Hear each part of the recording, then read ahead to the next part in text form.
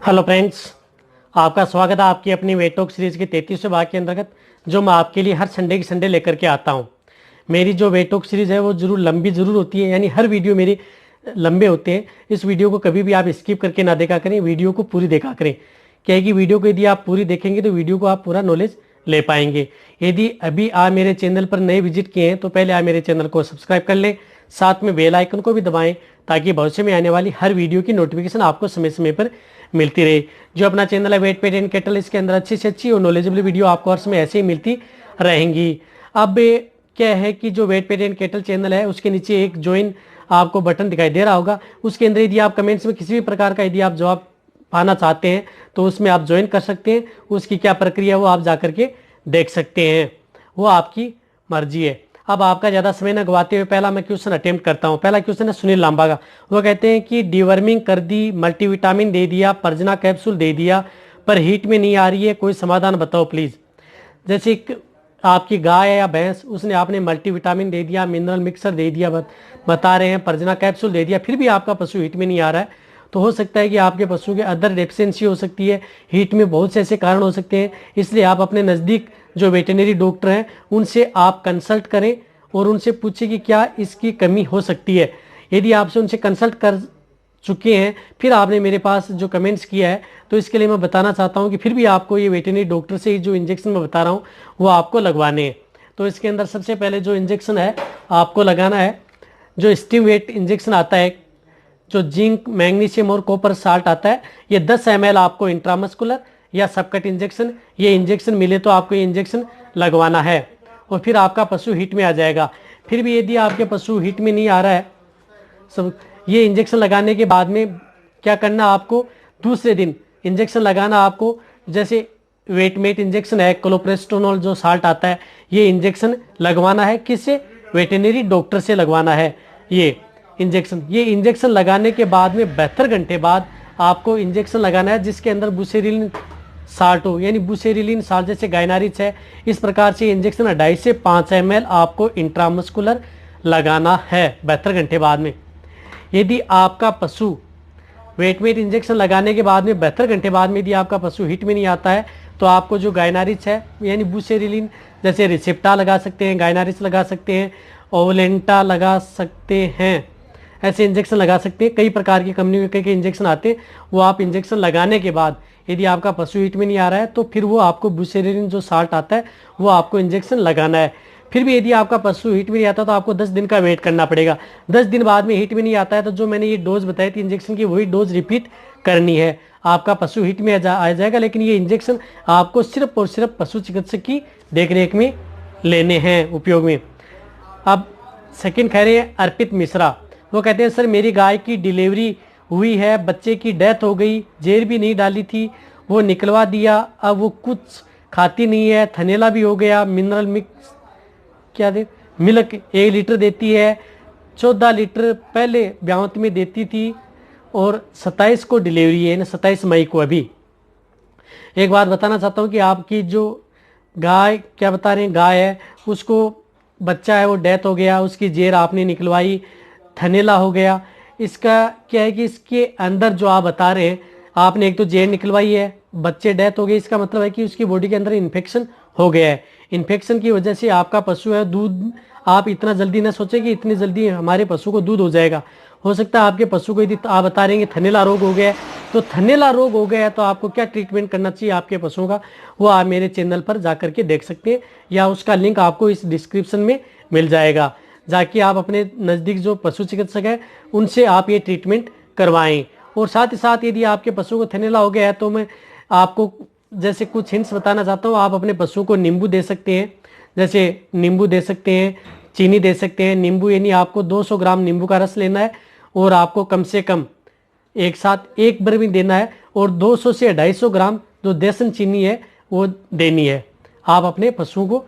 और उसके बाद में आप अपने पशुओं का जो वेटेनरी डॉक्टर हैं उनसे आप उसका ट्रीटमेंट करवा सकते हैं। और वैसे भी यदि मेस्टाइटिस यानी थनेला रोग हो जाए तो आप अपने पशुओं को क्या ट्रीटमेंट करना चाहिए, एलोपैथी क्या करना चाहिए, होम्योपैथी क्या करना चाहिए, और इंजेक्टेबल क्या करना चाहिए, कौन से पाउडर और टेबलेट देनी चाहिए, उसके बारे में मेरे चैनल पर एक वीडियो बनाया है, वहाँ पर जाकर के आप कंप्लीट वो देख सकते हैं, वहाँ पर उसका समाधान हो जाएगा। रही बात आपको दूध की, तो दूध 27 तारीख को डिलीवरी, इतनी जल्दी आपको दूध मिलने वाला नहीं है, क्योंकि बच्चे की डेथ हुई तब आपने निकलवाया होगा और प्लेसेंटा या जेल निकलवाया होगा, तब आपने आपके डॉक्टर ने या इंजेक्शन भी लगवाए होंगे। तो हो सकता है उसकी वजह से आपके पशु को दूध एक बार टाइम भी लगेगा, आपके पशु को 15 से 20 दिन लग जाए दूध होने में।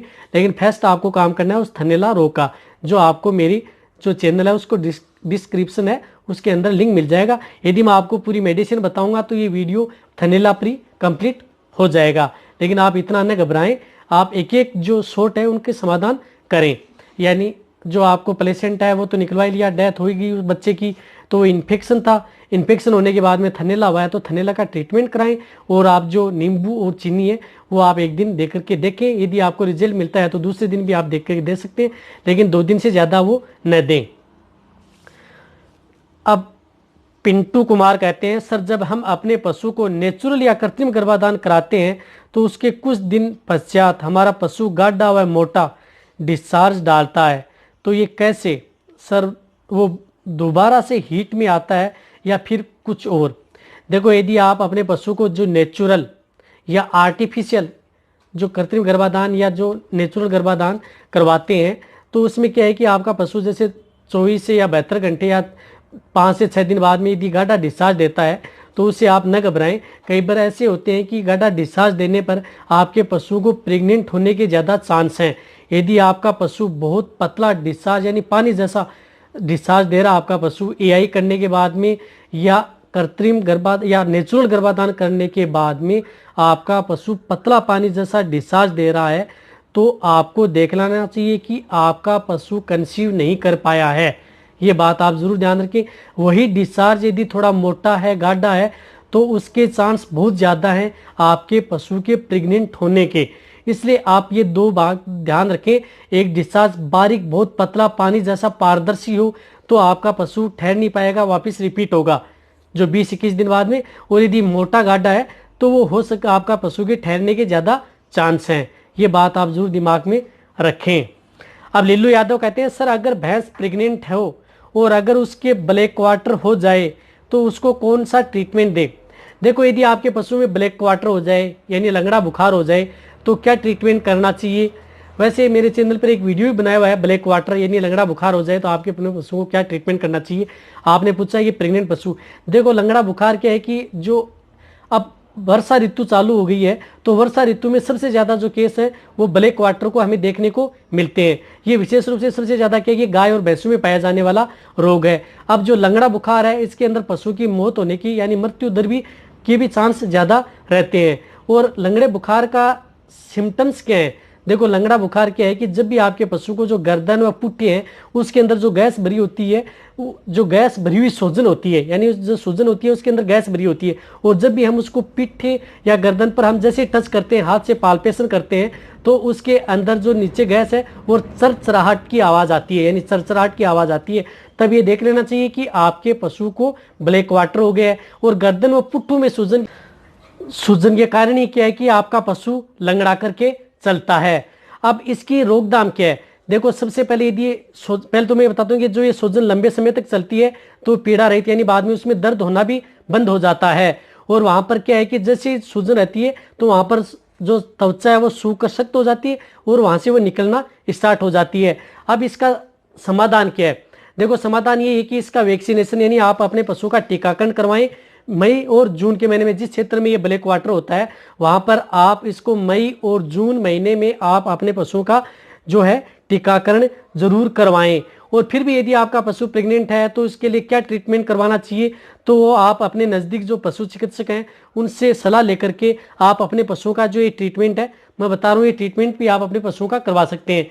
तो इसमें सबसे ज़्यादा जरूरत होती है आप अपने पशुओं को पेनिसिलिन ग्रुप के रूप में जैसे आपको लगाना है, उसमें मोक्सल 4 ग्राम इंट्रामस्कुलर या इंट्राविनस लगातार 3 दिन ये आपको इंजेक्शन लगवाने हैं। और साथ ही साथ आपको यदि उसमें सूजन है, दर्द चल रही है लंगड़ा करके, तो आपको आर्टिजोन जो एस इंजेक्शन आता है, phenyl butazone and sodium salicylate, ये इंजेक्शन आपको लगाना है। जैसे बड़े पशु हैं 15 से 20 ml इंट्रामस्कुलर लगातार 3 दिन ये इंजेक्शन लगवाना है आपको आर्टिजोन एस।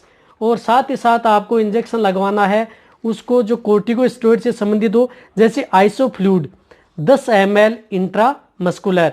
ये इंजेक्शन आप अपने पशुओं को लगवाने हैं, जिसको यदि आप अपने बता रहे हैं कि मेरे पशु जो ब्लैक क्वार्टर हो गया था, प्रेग्नेंट है, तो इसमें ये जो इंजेक्शन है, ये सभी के सभी जो इंजेक्शन है वो प्रेगनेंसी सेफ भी है, और आप अपने पशुओं को जो ये इंजेक्शन लगा करके आप अपने पशुओं का ट्रीटमेंट करवा सकते हैं। लेकिन जो ये इंजेक्शन मैं बता रहा हूँ वो सिर्फ और सिर्फ आप अपने जो नज़दीक पशु चिकित्सक है उनकी सलाह या उनकी देख रेख में ही आप ये इंजेक्शन लगाएं। और साथ ही साथ यदि आपके अपने पशुओं को क्या है कि जब भी ब्लैक वाटर हो जाए तो आप अपने पशुओं को क्या क्या करना चाहिए, किससे होता है, क्योंकि जो ये ब्लैक वाटर होता है ये एक बहुत ही खतरनाक डिजीज होती है और इसका प्रकोप अब स्टार्ट होना शुरू हो जाएगा। इसलिए आप अपने पशुओं को बचा सकते हैं टीकाकरण करवा के। जितना जल्दी हो सके आप अपने पशुओं का टीकाकरण करवा ले। टीकाकरण जैसे गलघोटू, FMD और BQ, ये तीनों ट्राई BQ के नाम से आता है इंजेक्शन। इस जो वैक्सीन आती है उससे आप अपने पशुओं की करा सकते हैं। इसलिए आप अपने पशुओं को खुरपका, मुंहपका से और गलघोटू से और ब्लैक वाटर से, तीनों से आप बच सकते हैं। और वैसे आप 6 महीने में आप अपने पशुओं की वैक्सीनेशन यानी टीकाकरण, इतने जो बड़े रोग होते हैं जैसे खुरपका, मुंहपका, गलघोटू, लंगड़ा बुखार, इनकी तीनों की कॉम्बिनेशन वैक्सीन आती है, वो एक साथ लगाएं ताकि आप ये तीनों जो खतरनाक रोग हैं इनसे आप अपने पशुओं को बचा सकते हैं। इसलिए आप ये ध्यान करानी कब है वैक्सीन? मई और जून के महीने में आपको, जो अब मई चल रहा है और अगले वाले जून के महीने के अंदर आप इसका टीकाकरण करवा लें। यदि कोई भाई यदि जिस क्षेत्र में यदि आपको ये लग रहा है कि ब्लैक वाटर होने की ज़्यादा चांस है, वैसे किसी भी क्षेत्र में ना लग रहा होगा, लेकिन आप वैक्सीनेशन आप अपने पशु की जरूर करवाएं 6 महीने के अंतराल के अंतर्गत। ये आप जरूर ध्यान रखें। अब जो मैंने ये बताई आपको ब्लैक वाटर के लिए, जो आपको मैंने एक डिटेल से बता दिया, यानी एक पूरा वीडियो बना दिया आपके लिए, ये आपको अच्छा लगा है? यदि ये वीडियो आपको अच्छे लगा या आपको जो मेरी द्वारा दी गई कमेंट्स या मेरे द्वारा दी गई जानकारी यदि आपको अच्छी लग रही है तो आप नीचे जाके आप कमेंट में लिखें, जरूर कमेंट में लिखें। और मेरी वीडियो को आप अपने दोस्तों के साथ, पशुपालकों के साथ और जितने भी मेरे वेटरनरी स्टूडेंट हैं उनके साथ आप इस वीडियो को जितना हो सके आप शेयर भी करें, और मेरी वीडियो को आप सब्सक्राइब भी करें, और मेरी वीडियो को आप लाइक भी करें। आपके एक लाइक से मेरे को मोटिवेशन मिलता है और मैं आपके लिए अच्छी से अच्छी और नॉलेजेबल वीडियो आपके लिए हर समय ऐसे ही लाता रहूँगा। इसी तरह से मेरी वीडियो देखते रहें, इसी तरह से आप मेरे को प्यार देते रहें। थैंक्स, धन्यवाद।